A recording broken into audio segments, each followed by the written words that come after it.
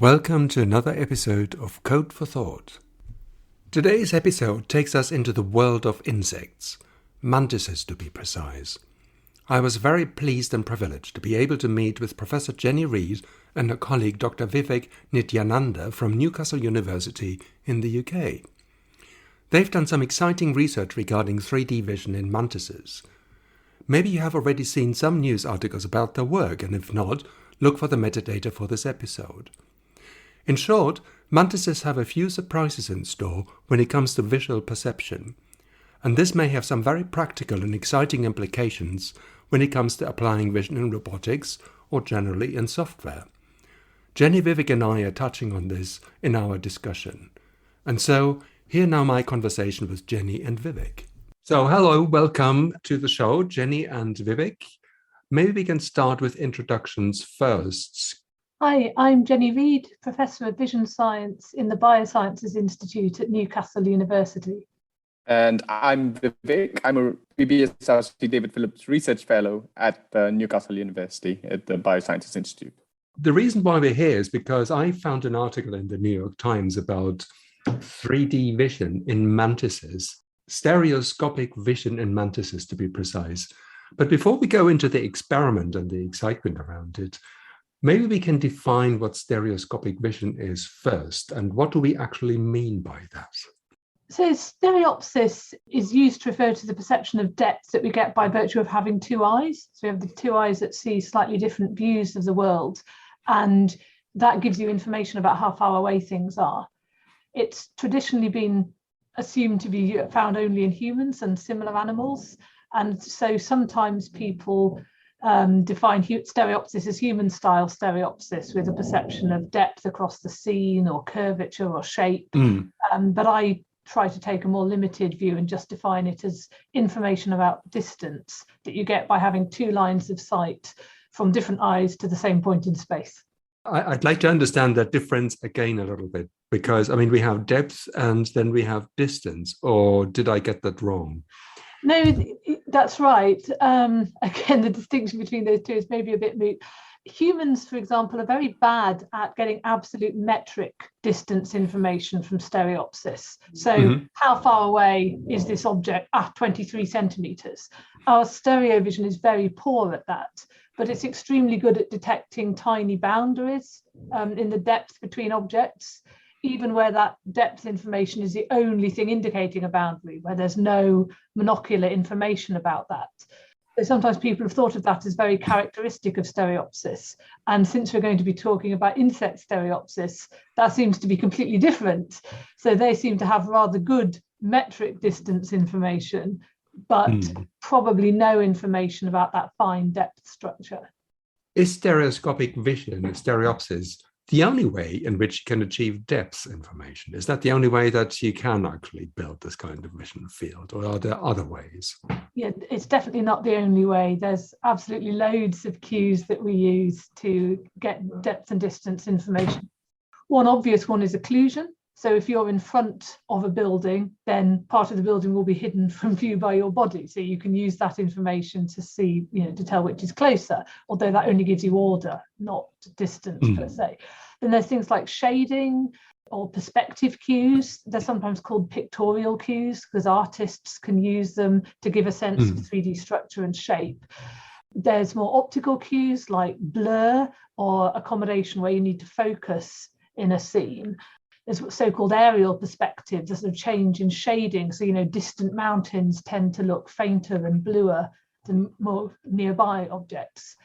There's changes in texture. So if you're standing on a pebbly beach, the pebbles up close to you look large and the pebbles far away are each subtend a much smaller angle. So there's absolutely loads and loads of cues that humans and other animals use to reconstruct 3D information. And stereopsis is just one. Yeah, there are also potentially some more active cues. I think maybe one of the things Jenny hinted at, when you're moving, things that are closer will move faster and things that are further away will move slower. And so you can use that as a cue. You can also do this, and several animals do this, by actually moving yourself to generate those cues of what is nearer and then calculate what is near and farther away. From the kind of animal kingdom, there are also these other things which Some animals use, some insects use is optic flows. Similar, I guess, where you can measure how quickly things are moving across your eyes. And some bees, for example, use this to balance out the optic flow on both sides to maintain a constant distance from either side. So they're not calculating the absolute distance, but they're using this to maintain distance from a wall, say, or something like that. Yeah, there are other examples. There's a squid which has a retinal bump, which then helps it focus exactly on the point where its arms are to catch prey. That's another way of implementing distance without necessarily calculating the depth. Yeah, I was thinking about squids, actually. So they have this little bump, you say. It's a kind of a formation on the retina, which enables, which privileges a certain distance compared to other distances. So back to the mantises then. So how did you test this? And what exactly did you investigate? And how was the experiment conducted and built? Could you describe that? Well, the idea with the mantises was there were some older papers that had shown that they do have stereo vision, which is this comparing the information both eyes and calculating depth. And what we didn't know is what kinds of mechanism was underpinning that behavior. So we didn't know whether it was similar to humans or something completely different. And that's kind of the basis from where we started these experiments. What we wanted to really do is to show the mantises the kinds of virtual stimuli that are shown in human psychology experiments to try and figure out how humans and other primates do stereopsis. But in order to do that, then you need some kind of a setup where you can show virtual 3D stimuli to praying mantises. And what we eventually landed on was to use these 3D glasses, which were small color filters, so the kind of old school 3D glasses, which are called anaglyph filters. And we use those to construct the 3D insect cinema for the mantises. So the older experiments had used prisms in front of the mantis eyes, which is a very beautiful and clever way of manipulating the apparent distance of an object. But the trouble with the prisms is all you can do is take an existing scene and effectively bring it geometrically closer or further away, depending whether you have the prisms face in or base out. And as Vivek said, we wanted to be able to present arbitrary images to the insects to really test theories about how their stereo vision might work. And images that it would be impossible to create with any physical scene to see how they responded to those. So that was the motivation for this new approach. So how do you get mantises to wear glasses then?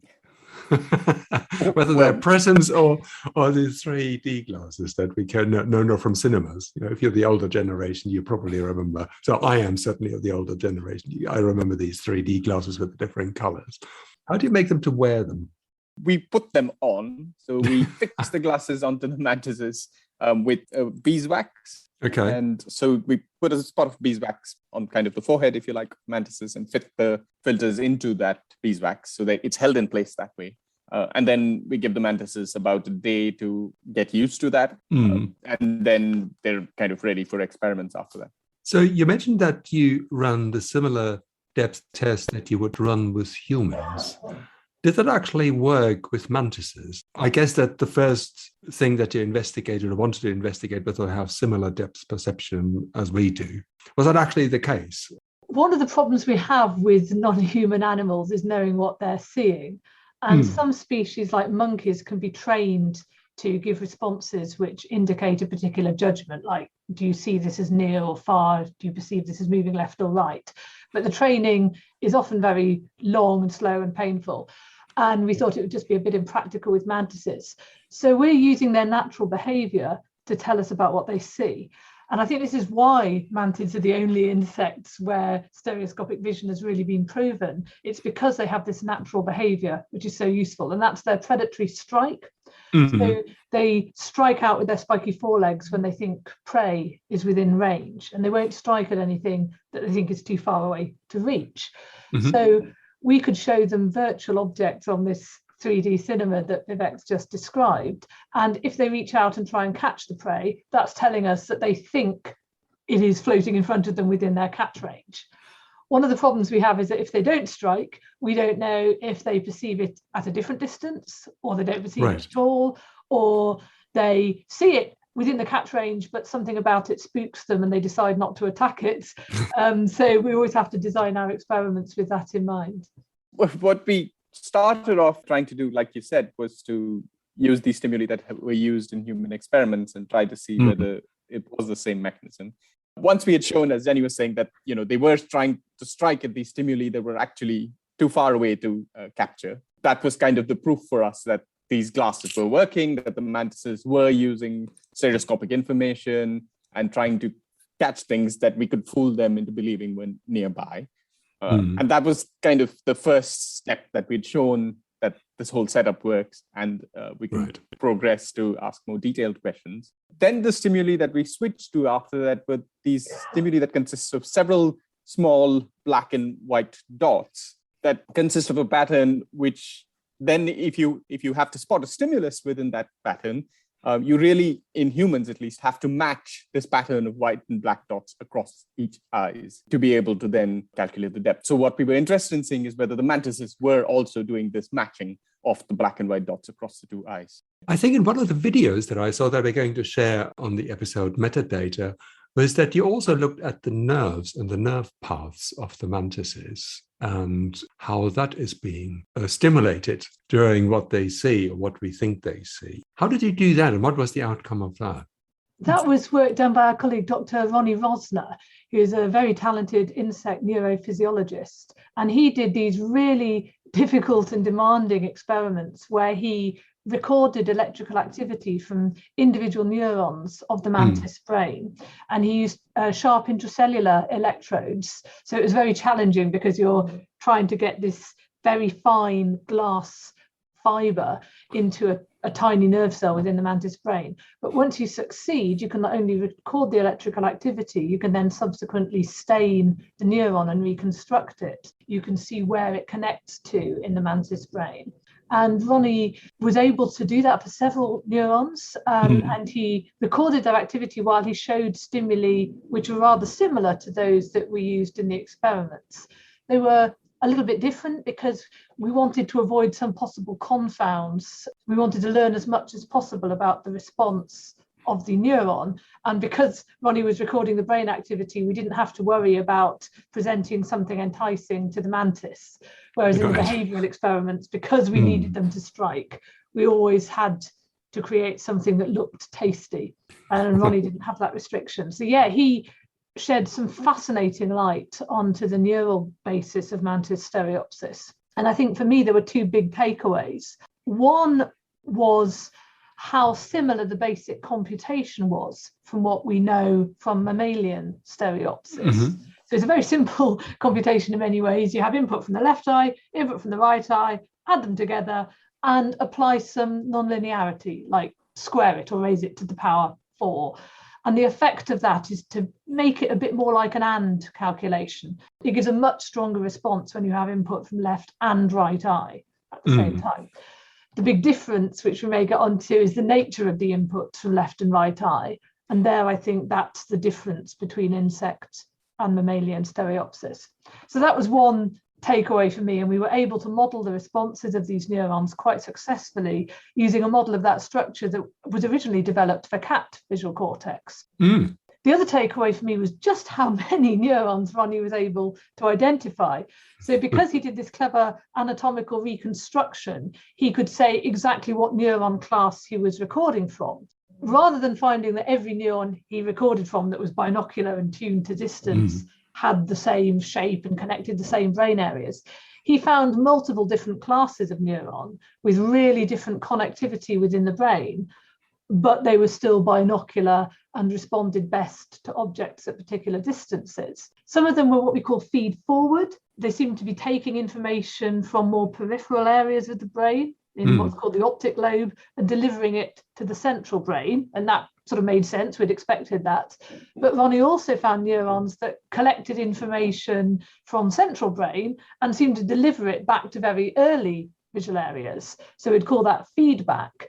We hadn't been expecting that. It seemed quite sophisticated for an insect brain. And I know Vivek's got some theories or ideas about what that might be implementing. I think one of the questions that I can just jump in with is, how can you tell what function the neurons actually have? So there's the flow information, right? So it goes from the periphery or from the eyes into the central cortex and then backwards. But I mean, there are obviously different functions that you alluded to. How do you actually tell what kind of function that might be? Is there an easy way of telling that, or is that kind of some sophisticated analysis? How can we there's no that? easy way. So that's something that neuroscientists then do experiments and argue about for years. From the anatomy, we have some information about the connectivity. So you can say it seems to be getting its inputs from this brain area, and it seems to be making most of its outputs in that brain area. So that's a clue, and that's hence the classification into feed forward and feedback. From the function, we have what we call the physiology, so the response to different visual stimuli, and that can give you a clue. So some of these neurons, Ronnie was presenting stimuli which were effectively at different distances. And so some of the neurons would respond most strongly when the virtual object was in the catch zone of the mantis. So then you think, aha, that could be a neuron that's there to catch prey. I mean, we haven't proved it, but it's the obvious go-to first hypothesis. There were other neurons that seemed to do very strange things. There were neurons that responded best to large, bright stimuli. And that's odd because prey tends to be dark against a bright background, and so mantids are more likely to strike at dark objects on a bright background than vice versa. So to find these neurons that responded best to bright stimuli on a dark background was surprising. They were binocular, they were sensitive to distance information, but we don't know what their function is. Well, I just wanted to follow up on one of the points that Jenny was making.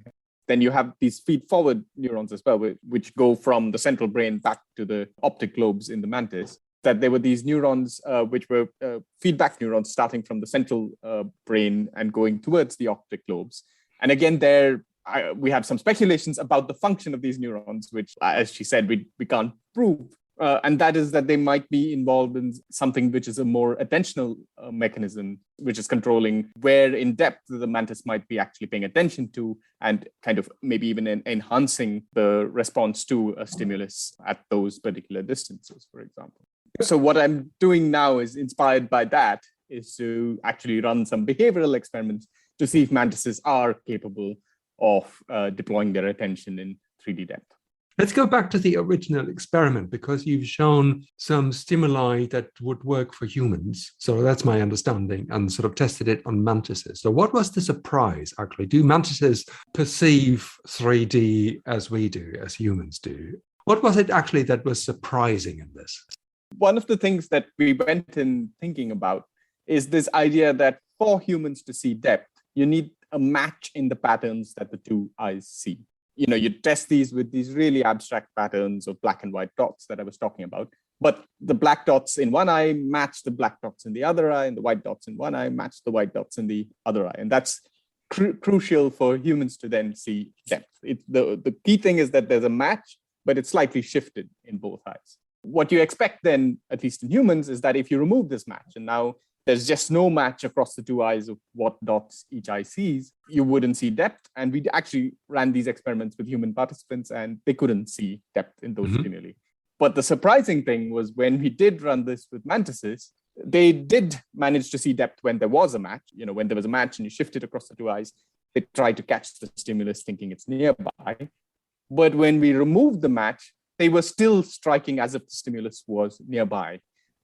So where humans were kind of confused and no longer could see depth, the mantises were still making some kind of calculations and seeing depth. So they don't rely on the match of luminance patterns or black and white patterns across the two eyes. They seemed to be relying on something else. Do we know what this something else is? Yes. The picture we have is that they are looking for regions in the image where things are changing with a different speed or frequency than the rest of the image. And that's how they're able to identify the prey objects, which I should perhaps point out in our experiments are always moving, because mantids don't strike at stationary prey. So there's always something moving around our computer screen. In other words, the image is changing. And that seems to be really crucial for the insects. But so long as it's changing, they don't care what's changing. They don't care about the detailed dot pattern, as Vivek was explaining. It's surprising in some ways. I would have expected that it would make their stereo vision less robust. So coming from the human or machine vision literature, there's this idea of stereo correspondence, where it's really complicated to match up the two eyes images, and you're always looking for clues that can help you do that. So whether it's the detailed pattern of light and dark, as Vivek mentioned, or direction of motion, you would expect a system to be using that.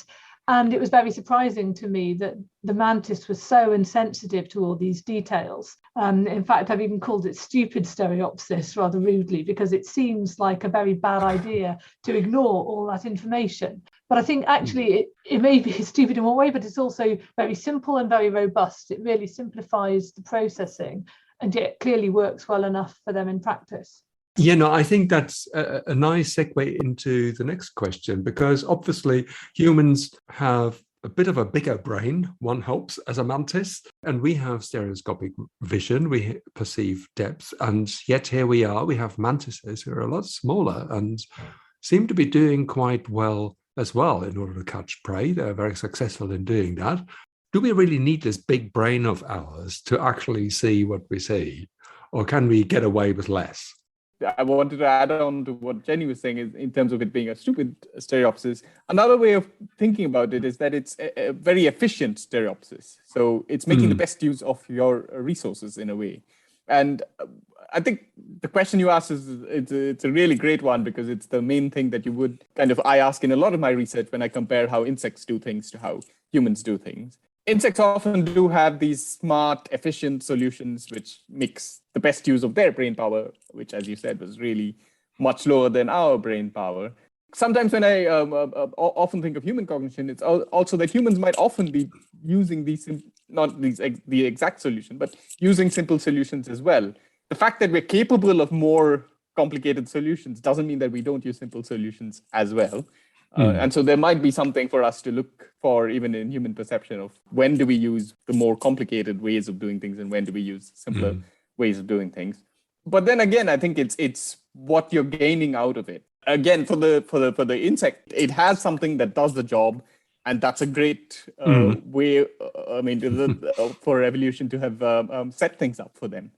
Yeah, that's a great point, and I just wanted to jump in there, because one point about human brains is it's very clear that we have many forms of stereopsis. Some are perceptual and some are there to control things like eye movements.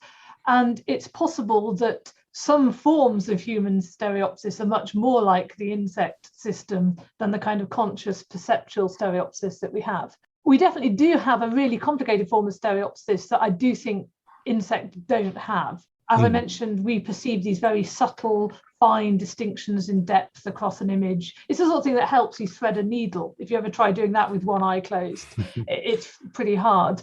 I think mantis stereopsis is much, much coarser and cruder. And it's there to do things like, is there a large prey item in my catch zone? Yes or no? You don't need a detailed depth map across the scene to do that. Or is there to say, I've got several potential prey items in my visual field, which shall I turn my head towards, which is closer, and which shall I stalk and attack? And you don't need a really detailed depth map across the visual scene for that either. But I think that's very interesting and sort of inspiring for machine vision algorithms, because I think a lot of attention in the machine vision literature has been about essentially reproducing human abilities. So most stereo vision algorithms assume they are there to get a rich, detailed depth map in pairs of stereo images. That's not what the Mantis is doing, and maybe it's not what you need your robot to do. So I do think there's a lot of inspiration we can take from these insect systems. It's a nice segue again into robotics. But before we do that, we focused very much on Mantis, and in fact, that's what your research is. You mentioned that it was known already that mantises have some kind of stereoscopic vision. But are there any other insects that have something similar? And have you considered them for experiments? And if no, why not?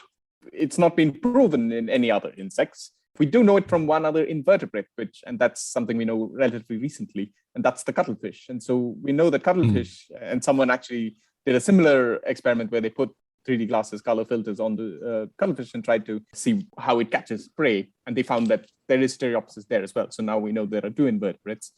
We don't yet know this from any other insect, but there are sometimes some intriguing possibilities. And one of the insects which I think we might find stereopsis in is damselflies. They also have these separated eyes, with some distance from each other. And there's been really cool research recently looking at binocular neurons in the damselflies and how those binocular fields of vision overlap and how they're used. It's not yet quite proven that they have stereopsis, but I suspect those researchers are working on that angle right now. In terms of why we haven't tried it with other insects, I guess is that we do have this really good model system right now with the mantis, and we've been exploring other things with the mantises and taking that forward.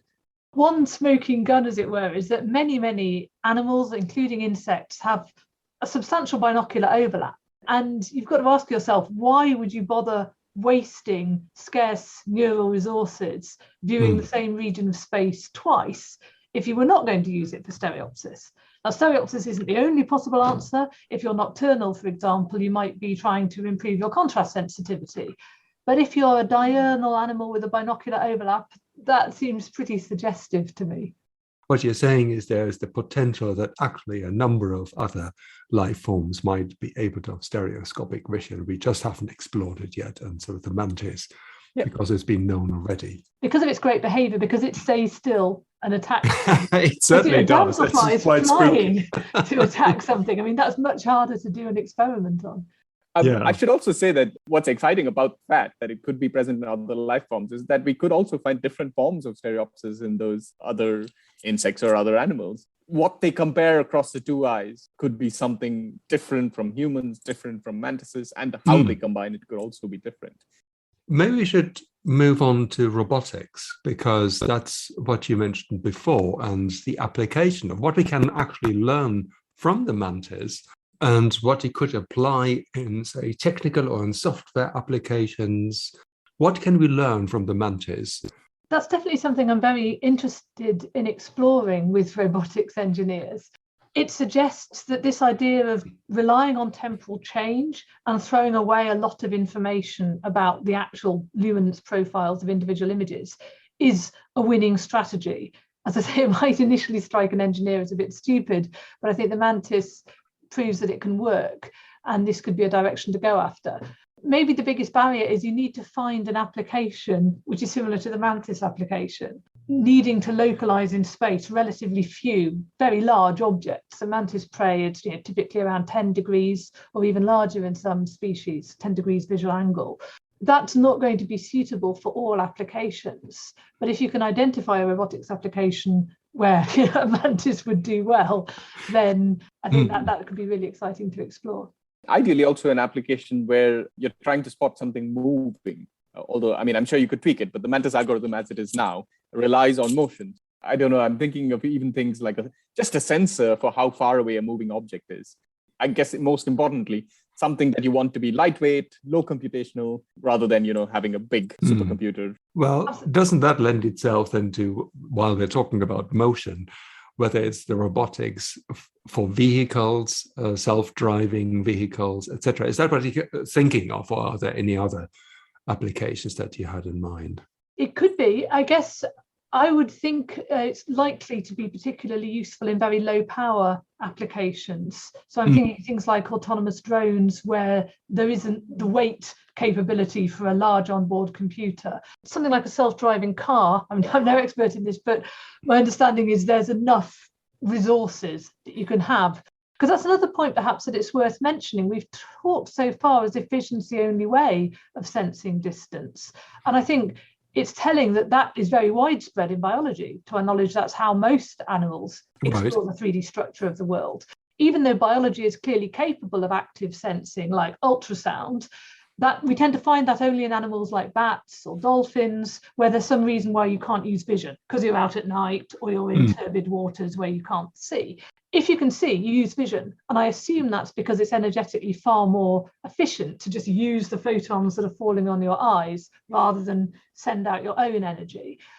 Most robotic systems that are in use today, as far as I'm aware, do tend to use active sensing. So, radar or LiDAR or ultrasound or patterned light, they're sending energy out.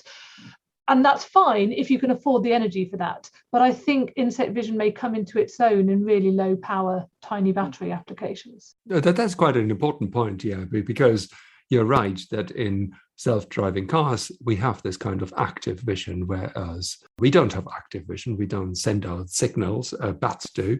The application that you have in mind is more like a passive consumption of information that's freely available. It's interesting with the moving objects as well. My thinking is kind of evolving on this, I guess. I think you need a way of identifying large isolated prey objects. And obviously their motion relative to the background is one way of doing that. But if there was some other way for a different application, it might be color or reflectance or whatever, that you could rely on to identify the targets that you had in mind, you might be able to feed that into the same stereo vision system and have it work as well. And actually, to follow up on that, there is some evidence even from the Mantis that might be something of what's going on, because follow-up experiment, we did find evidence that a prey detection system might well be different from their stereo system. Again, if they're using the motion for their prey detection, and then the stereo can do it with any other kind of change, that might also reflect what's going on, a little bit at least, with the Mantises. What's going to be new with the Mantis? Are you going to study the Mantis further? And what other experiments do you think you're going to conduct? We have different answers to this. We're both taking it further, but in different directions. I have just recruited a PhD student called Mukhelan Suresh, who's working with colleagues here at Newcastle, Professor Andrew Trevelyan, and at Durham, Dr. Elena Rabinina. And they're trying to look at the neural basis of mantis stereopsis using neural imaging, which I'm excited about because potentially it's a way of seeing the neural activity much more efficiently across the whole brain. Then we can ask some questions about what kind of images can mantis brains perceive disparity in without being limited by the behavior, because we'll be looking directly into the mantis brain if we can get this to work. The other direction I'm interested in taking this is, as we've been discussing, the more computational modelling.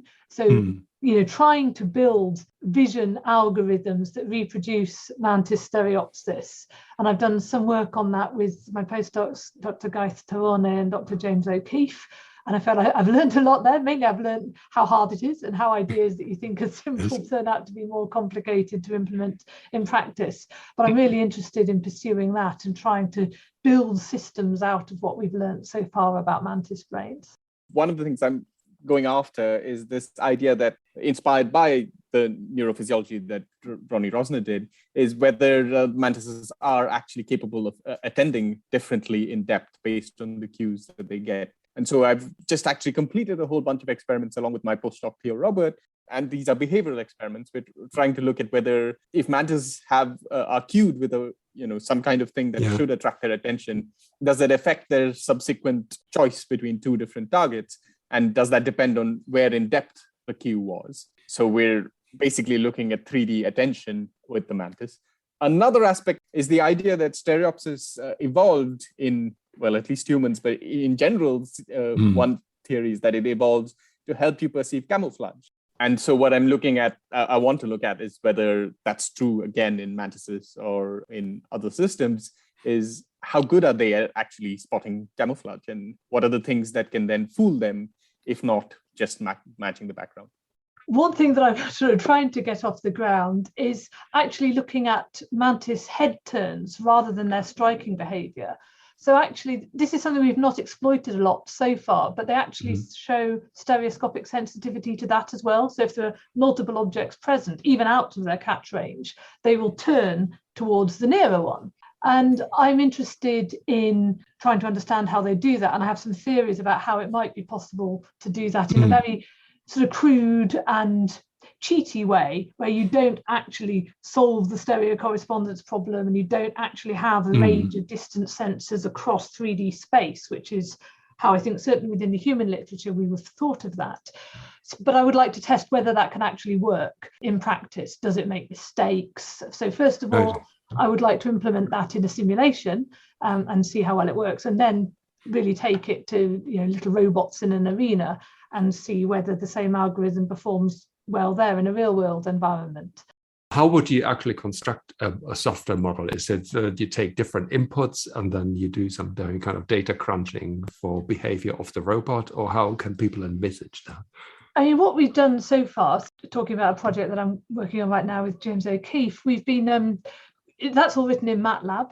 we have images which are the same as, in the experiments, we put them on the computer screen and show them to the mantis, but in the simulation, we show them to the model. Mm-hmm. And then we do the sort of computations that we think the mantis brain is doing. So in this example, there's a low-pass spatial filtering step to represent the very crude insect vision. It's very low resolution compared to humans.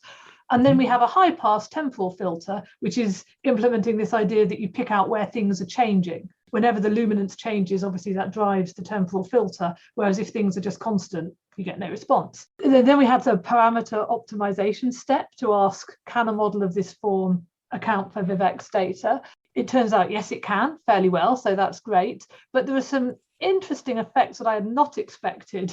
So one of the things was, as you have a target moving across the screen, to us it looks like a black disk on a bright background, right. But to the model there's a leading edge and a trailing edge, because those are the places where things are changing, right? There's no change, black disk passes over a pixel. One effect that can happen is the system can actually get misled by it effectively matches up a leading edge in one eye with the trailing edge in the other. So it turns out to make some mistakes, not very often, but you can see them in the model response. And we don't actually know whether the mantids are doing that. So I would say the behavioural data at the moment is consistent with that, but we really need to go after this question and say, okay, so if we specifically set up a situation where this false match would be possible, do the mantids actually make these mistakes? Or are they doing something cunning to make sure they don't mix the leading edge and the trailing edge up? And so it's that kind of probing about how sophisticated is their algorithm and what ideas can I get to put into my simulation. Well, thank you very much. I think we've come to the end of the podcast now. That was a very stimulating discussion in every sense. I thank you all for your time, and I wish you all the best for the future and the exciting research you're going to do. Thank you, Peter.